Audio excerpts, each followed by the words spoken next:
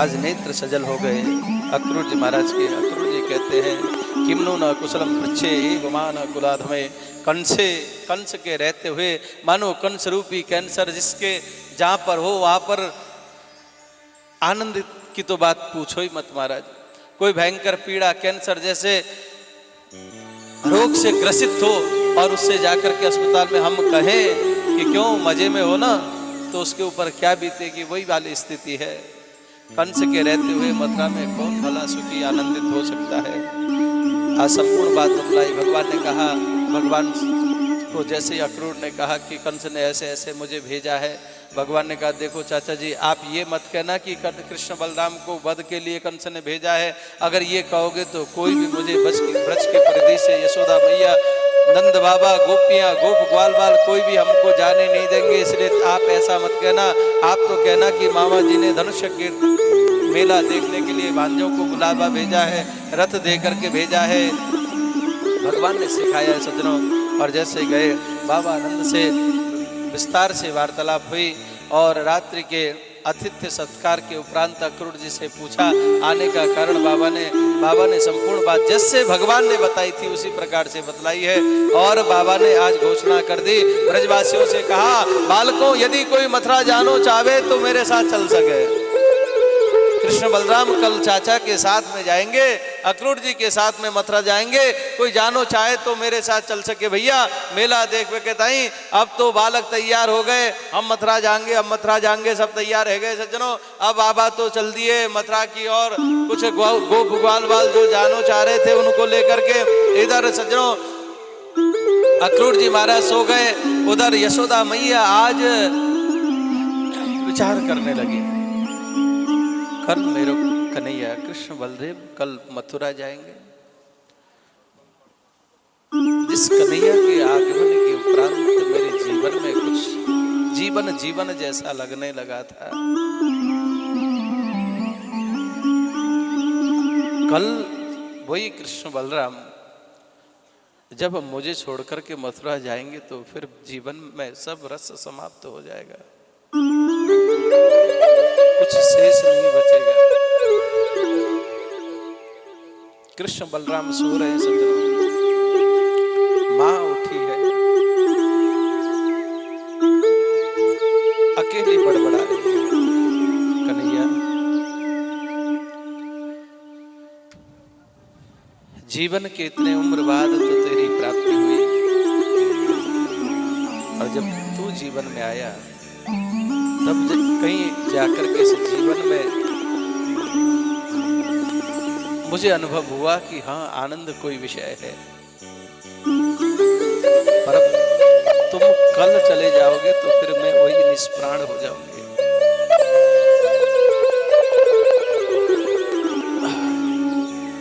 तुम्हारे बिना इस घर में, इस ब्रज में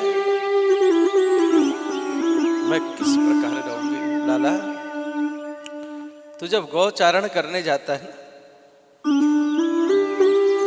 मैं प्रतीक्षा करती हूँ कि कब गौधूली का समय आएगा और मेरा लाला आएगा। बहुत लंबा समय लगता है, पर अब तू कल मथुरा जाने के उपरांत तू आएगा नहीं आएगा। सजनों मैया के आंखों से आंसुओं की लड़ी निकलने लगी।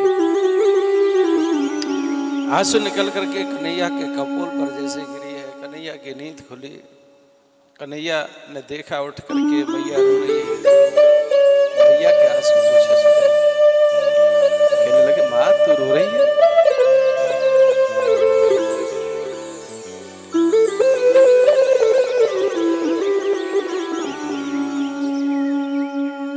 मैया से कहने लगे माँ देख मामा जी ने हमको लेने के लिए भेजा है ना, धनुष यज्ञ देख के आएंगे, बस घूम घाम के हमें आना है, तू मत रो भैया, परसों तो आ ही जाएंगे। सज्जनों कन्हैया के मुख से जैसे ही सुनी ना मैया ने, मैया को स्मरण हुआ, अरे मैं तो सोचती थी अक्रूर लेने आया है, परंतु यहाँ तो लाला ही जानो चाहिए। मेरे लाला को मथुरा जाने पर प्रसन्नता की प्राप्ति होगी तो मैं कौन होती हूँ रोकने वाली। अगर मेरे लाला को आनंद की प्राप्ति होती हो तो मैं अपने जीवन में अनेकों प्रकार के दुख कष्ट सहने को तैयार हूं। यही प्रेम है। मैया ने अपने आंखों को पोंछ लिया। खबरदार, आंसुओं को चेतावनी दे दी, तुम्हें बरसने की जरूरत नहीं है, क्योंकि मेरा लाला मथुरा जाने पर उसको खुशी मिलेगी। तत् सुखे सुखितम प्रेम लक्षण।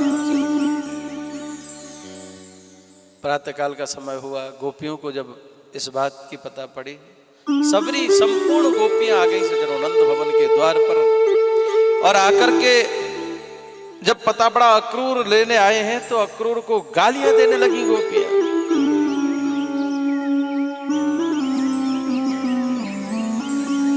अरे अक्रूर, ये बताओ, तेरा नाम अक्रूर किसने रखा है? तू इतना क्रूर है, इतना निर्दयी है। हम सबके प्राण धन सर्वस्व कन्हैया कृष्ण बलराम को लेने के लिए तू आया है, और तेरा नाम है अक्रूर। तेरा नाम तो क्रूर होना चाहिए। विधाता को गालियां देती है सज्जनों।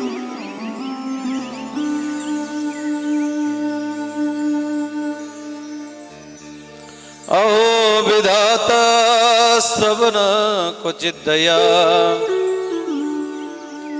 संयोज में त्रे प्रणये न देहिना, स्ताम साकृतार्थान वियुनंग पार्थकम,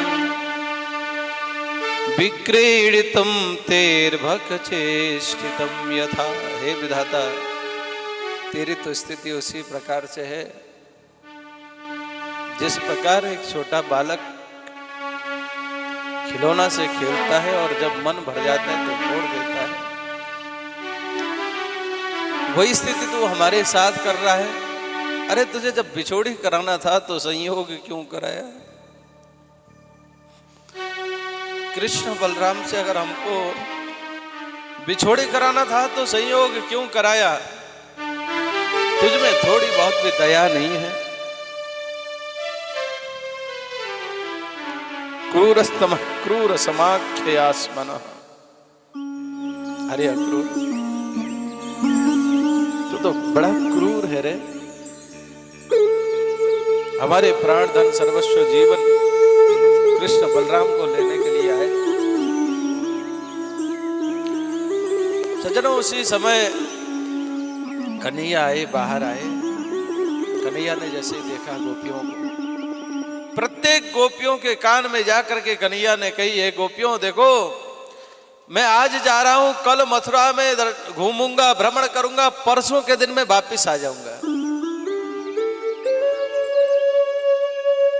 सज्जनों, गोपियों ने मार्ग दे दिया।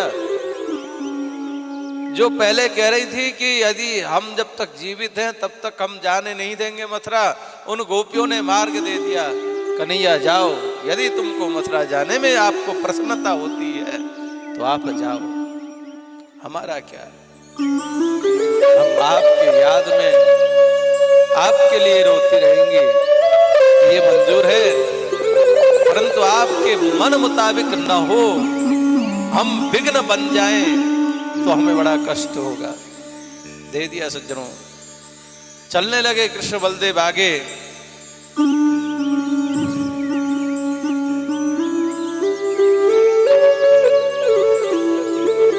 किम कर्तव्य विमूढ़ खड़ी होकर के गोपियां सभी देख रही हैं उस और जिधर कन्हैया गए, उधर कृष्ण बलराम भी मनुज लीला ऐसी करी है। आज दूर जाते अक्रूर जी क्या देखते हैं कि कृष्ण बलराम भी रुदन कर रहे हैं। अक्रूर जी के मन में भाव आया सज्जनों की, देखो ये छोटे छोटे बालक हैं, इनको कंस के पास ले जाऊंगा, कंस मारेगा तो बताओ ये ब्रजवासी को क्या मैं मुख दिखाऊंगा। आज अक्रूर जी विचार करते हैं कि कुछ भी हो, अब यमुना जी में स्नान करूंगा, उसके बाद इन कृष्ण बलराम को रो रहे थे कृष्ण बलराम, इन कृष्ण बलराम को मैं जाकर के नंद भवन में छोड़ करके आऊंगा और जाकर कंस से कहूंगा कि हे दुष्ट कंस, तुझे जो सजा देनी है मुझे दे, परंतु मैं ब्रजवासियों के प्राण धन सर्वस्व कृष्ण बलराम को नहीं ला पाया, तुझे जो सजा देनी है मुझे दे, ये कहूंगा। ऐसा विचार कर ही रहे थे सज्जनों। गए स्नान किया, और जब स्नान किया ना सज्जनों, भगवान ने ऐसी लीला करी कि अक्रूर जी को जल के भीतर चतुर्भुज रूप में भगवान के जब दर्शन हुए अक्रूर जी को, और जैसे रथ में देखा तो चतुर्भुज और जल में देखा तो चतुर्भुज, आज समझ गए। अक्रूर ने कहा क्या कंस जैसे करोड़ों दैत्य भी अगर आ जाए तो कृष्ण बलराम का बाल बांका नहीं कर सकते। जब ये पूर्ण विश्वास हो गया, आज लेकर के गए हैं विश्राम घाट में, जहाँ पर नंद बाबा पहले से प्रतीक्षारत थे, उस स्थान पर जाकर के सज्जनों कृष्ण बलराम को रख करके अक्रूर ने जाकर के कहा कंस से, हे महाराज कंस, मनोरथान करो तुझे जनो देवहतानपि। देखो मन का मनोरथ हर कोई मनोरथ करता है, पर किसका पूर्ण होता है किसका नहीं होता है ये विधाता के हाथ में होता है। कृष्ण बलराम को मैं ले आया, अब उनके हाथ से तुम मरते हो या तुम कुछ कर पाते हो, ये देव के अधीनस्थ है। इतना कह करके आगे बढ़े। उधर सज्जनों भगवान भ्रमण गए हैं, 4 बजे 15 मिनट का समय और तो दिक्कत तो नहीं है, 15 मिनट में विवाह भी हो जाएगा। आचार्य जी विवाह की तैयारी कराइए, वेदी देखिए बढ़िया, हाँ स्वरूप बढ़िया हो गई, थोड़ा उत्तिष्ठ भद्रम थे।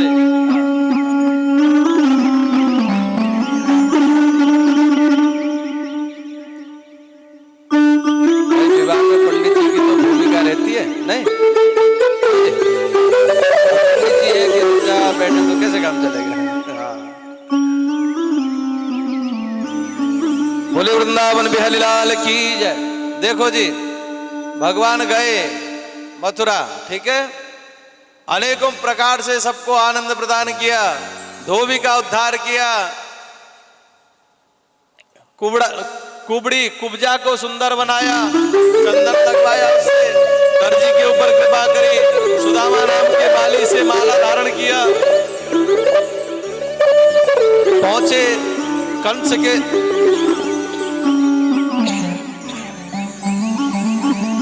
द्वार पर। कंस ने पहले व्यवस्था बना रखी थी कृष्ण बलदेव को मारने के लिए, कुबल्या पीठ को मदिरा का पान करा करके जैसे ही कृष्ण बलराम आए कुचल देना रखा हुआ था धनुष। सज्जनों आज कुबल्या पीठ जैसे ही आया, कुबल्या पीठ को पछाड़ करके उसके दांतों को तोड़ करके उसके दांतों से ही उसका वध करने के बाद सभी दुष्टों का वहां पर संहार किया, उस धनुष को तोड़ दिया भगवान ने। आज सज्जनों कंस डर गया कि देखो तो सही, क्योंकि कंस जानता था जो इस धनुष को तोड़ेगा वो मुझे नहीं छोड़ेगा। आज महाराज ऊपर मंच बना करके कंस बैठा है, सल तोसल चाणूर मुष्टिक अनेकों प्रकार के दैत्य बैठे हैं भगवान से युद्ध करने के लिए। आज उस रणभूमि में सज्जनों, वो रणभूमि कहा जाएगा जहां पर अनेकों दुष्ट बैठे थे भगवान को पछाड़ने के लिए, मल्ल युद्ध करने के लिए, मल्ल युद्ध करके परास्त करने के लिए वहां पर प्रकट थे सज्जनों, तत्पर थे। उस स्थान पर भगवान जैसे ही जाने लगे,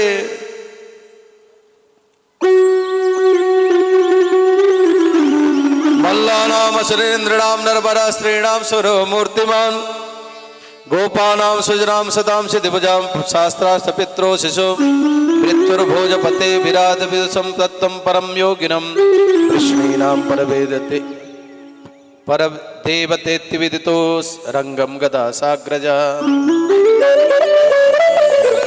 देखो जी जैसे भगवान उस स्थान पर जैसे प्रविष्ट हुए, रंगभूमि में जैसे ही भगवान का पदार्पण हुआ ना, जाकी रही भावना जैसे प्रभु मूरत देखे तिन तैसे। जिसकी जैसी भावना थी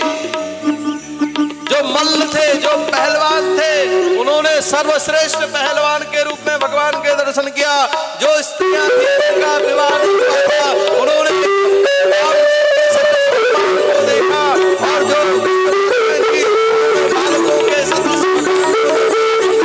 महंत थे, उन्होंने जो ध्यान अवस्था में योगियों के ध्यान में आने वाले तत्व के सदृश उनको दर्शन हुए और साक्षात मृत्यु के समान कंस को दिखाई देने लगे। मृत्यु भोजपते भगवान के दर्शन हुए। जिसकी जैसी जो भावना थी उसी भावना के अनुसार भगवान के दर्शन हुए। और गए सज्जनों, मल्लयुद्ध प्रारंभ हुआ। अनेकों योद्धाओं ने ललकारा भगवान को। भगवान ने कहा, देखो कहाँ तो तुम बड़े बड़े पहलवान और कहाँ हम छोटे छोटे बालक। हमारी तुम्हारी कोई होड़ है।